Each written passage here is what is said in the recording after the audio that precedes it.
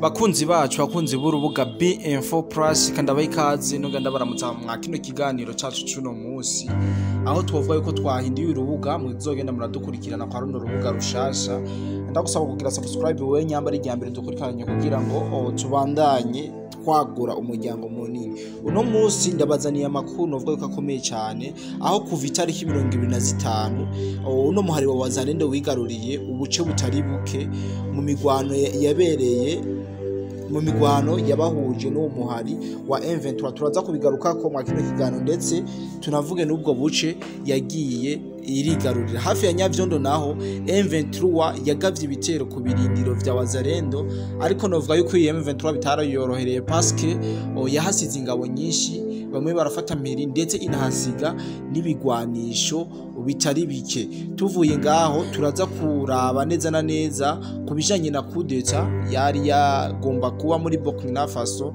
hamwe no mu gihugu ca Congo. Ibi rero biri mu byo tugiye kugarukamwo mwa bino biganiro vyacu. Remo nkundire murabizi ko ntabandi umwe mugabo ndi kwisafari musango zabo tukumeye hafi, ariko yandungikiye ubutumwa nagenda basabe kugira ngo mwumvirize buno butumwa hama tubandanye duhana amakuru nkuko bisanzwe narije abantu benshi bariko baradusaba. Amahoro cyane bwana journaliste, nkundire ndakuramutsa amahoro y'Imana akomeze kubana nawe aho uherereye no mu vyirimo byose. Reka ndamutse n'abakunzi b'urubuga B-Info, tubabwire yuko twatanguje urundi rubuga rushasha B-Info Plus, kandi nishimiye cyane kubaha ikaze kuri runo rubuga B-Info Plus. Ndanamenyesha ko ibiganiro byose byahora bica ku rubuga rwa B-Info mugiye kubandanya mubikurikiranira kuri runo rubuga rwa B-Info Plus. Nurubuga tuzobashikiriza ko amakuru y'ibya politiki, amakuru y'ubutasi, eka noneho tuzobashikiriza amakuru y'intambara muri rusange. Rero ndabahaye ikaze kandi ndanabamenyesha ko tubishimiye cyane gose, kuko mwaratweretse ko muri abantu mudukunda munezezwa n'ibiganiro byacu, twarabishimiye cyane gose. Ndahaye ikaze n'abashasha batigeze badukurikirana kuri B-Info batanguye gukurikirana ibiganiro byacu kuri no rubuga rushasha rwa B-Info Plus.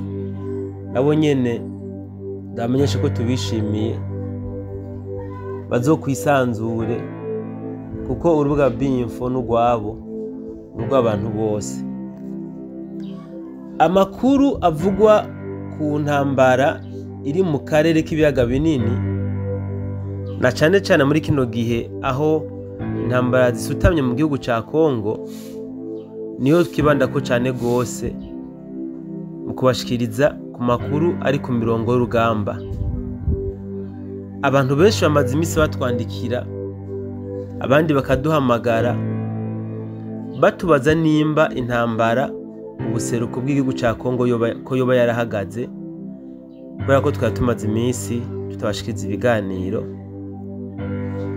Abandi bakaduha amakuru ngo tuyasesangure kuko bamenyereye baronka amakuru ava ku mbuga nyinshi zitandukanye, aho usanga menshi ari ay'ibihuha, ayandi ugasanga n'ay'ibinyoma, ayandi nawe ugasanga nawe gushikuza. Ariko nagomba ndabahumurize, ndabamenyesha yuko twagarutse mu kazi kose, aho tugiye kuguma tubaha amakuru asesanguye neza kandi amakuru azira kanenge kuko aba yatohojwe. Bakunzi b'urubuga B-Info na B-Info Plus, abantu benshi badakurikirana neza ku by'imigwano iri kirabira hano mu gihugu ca Congo na cyane cyane mu buseruko, baranezerewe bibaza ko intambara igiye kurangira bivuye ku masezerano Leta Zunze Ubumwe za Amerika zasinyishije uyu Kayikwamba hamwe na Olivier. Novuga neza yuko igihugu ca Kongo casirukiwe n'Ukayikwamba basinye ibintu batazi. Ibi ndavyemeza ibihitangabo byinshi cyane kwijana, aho mbere novuga ko boba bibikiye ikaramu gashambara, kuko iyi ntambara muri kino gihiri kiraba irashobora kuba yohama, ariko kandi niyagaruka izogarukana inguvu nyinshi cyane gose.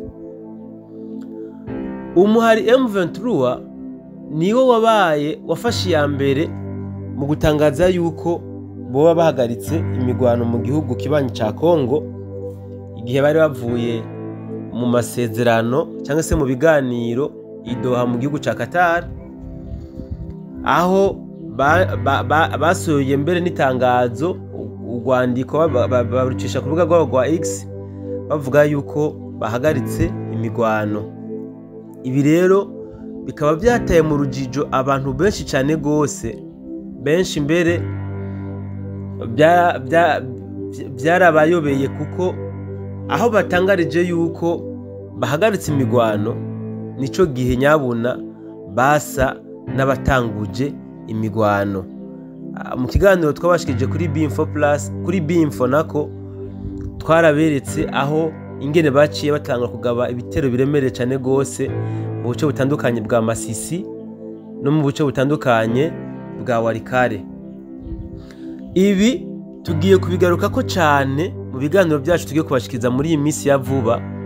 Nari nshimye kubaha ikaze kuri runo rubuga rwacu rushasha, aho mbere mu biganiro bya hafi cyane tuza kubagezaho ku kijanye na kudeta yabaye muri Burkina Faso, aho Traore bashatse kumuhirika ariko Imana irakinga. Ndetse turanagaruka kandi no kuri kudeta yaraye ihatswe gukorerwa Perezida Tshisekedi mu gihugu kibanyi ca Kongo, naho nyine Imana ikaba yakinze, ikaba itakunze, ndetse na bamwe mu bayiteguye bashika kuri 40 bakaba bamaze gutabwa muri yompi. Ibi rero nivyo aba M23 bise ngo no guhagarika imigwano. Ibi nivyo uyu muhari M23 wihishije inyuma kugira ngo uhende abantu n'amakungu yuko imigwano ihagaze.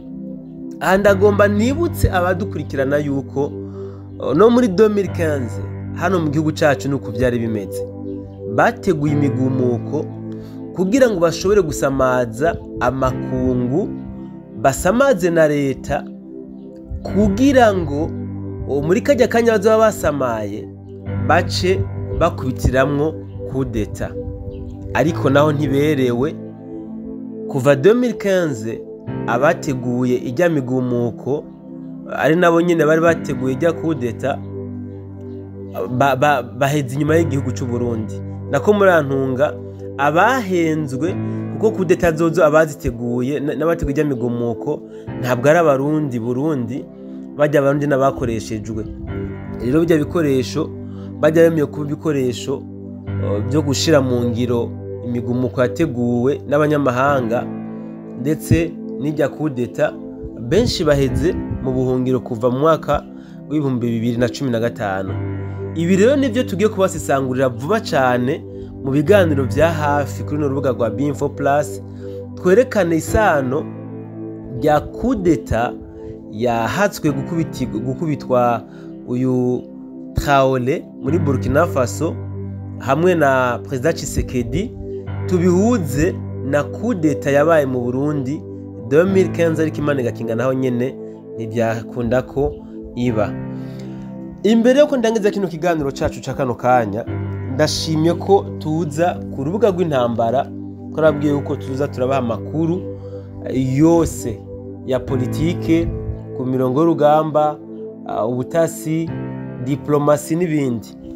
Nshimye ko dusimbira ku rubuga rw'intambara gato tubereke ingene M23 nubwo igumibesha ko bahagaritse imigwano, ingene baguma bashaka kwigarurira uduce dutandukanye, ariko bikaba bikomeza kubata kuwa amazi, ahubwo mbere naho baba bafise baguma batakaza kubera ko n'abawazalendo ubwabo ntabwo bareze amaboko. Muri teritwari ya Masisi abawazalendo nabo bafatanije ku mirongo y'urugamba baraye bigaruriye uduce dutatu, ahantu babwira nka Burubi, Rushari hamwe na Gasopo. Aha niho abawazalendo baraye bigaruriye inyuma yo kwica ingabo nyinshi za RDF na M23.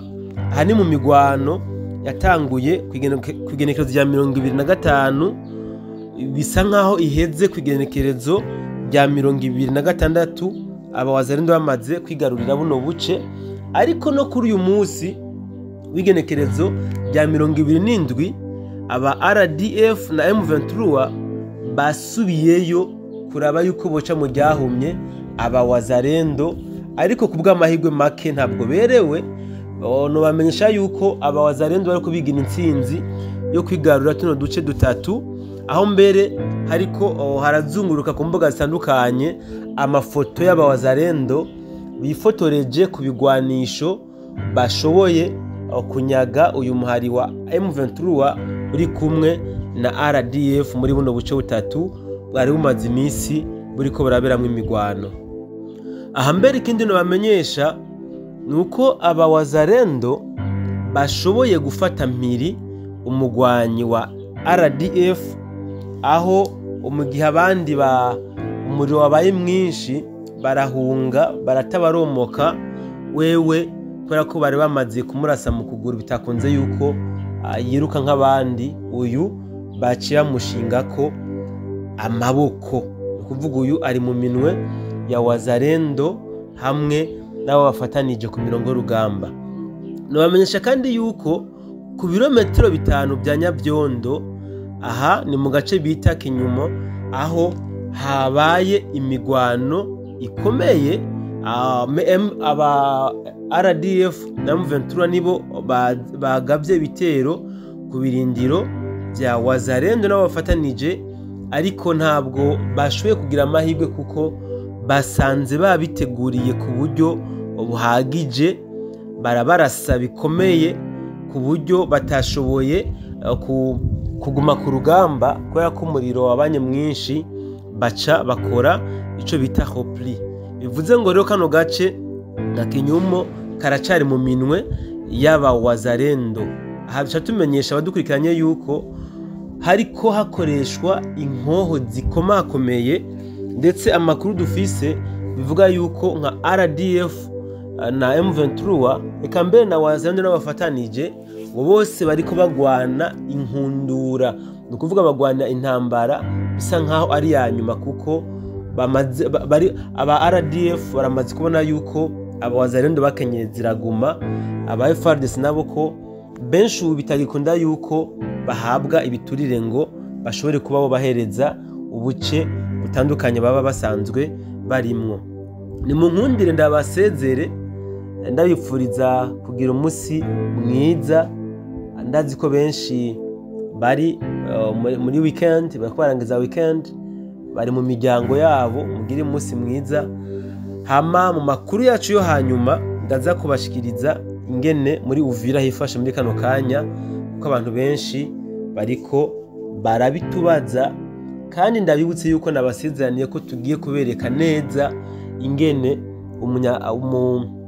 aba barugereka baticaye n'abakozi babo bariko bashaka guhirika ubutegetsi mu bihugu byinshi bitandukanye bitabayoboka.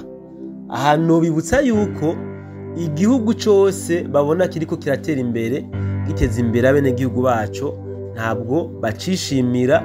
Ahantu niho murazi yuko hariho nabo ngaho hakujya Akanyaru baguma barimba ko baguma baribwa. Ibi rero turaza kubisesangura mu kanya kari imbere. Mugumane natwe kuri umuhora wacu mushasha wa B4+, nanabamenyesha yuko tubishimiye kandi tubakunda.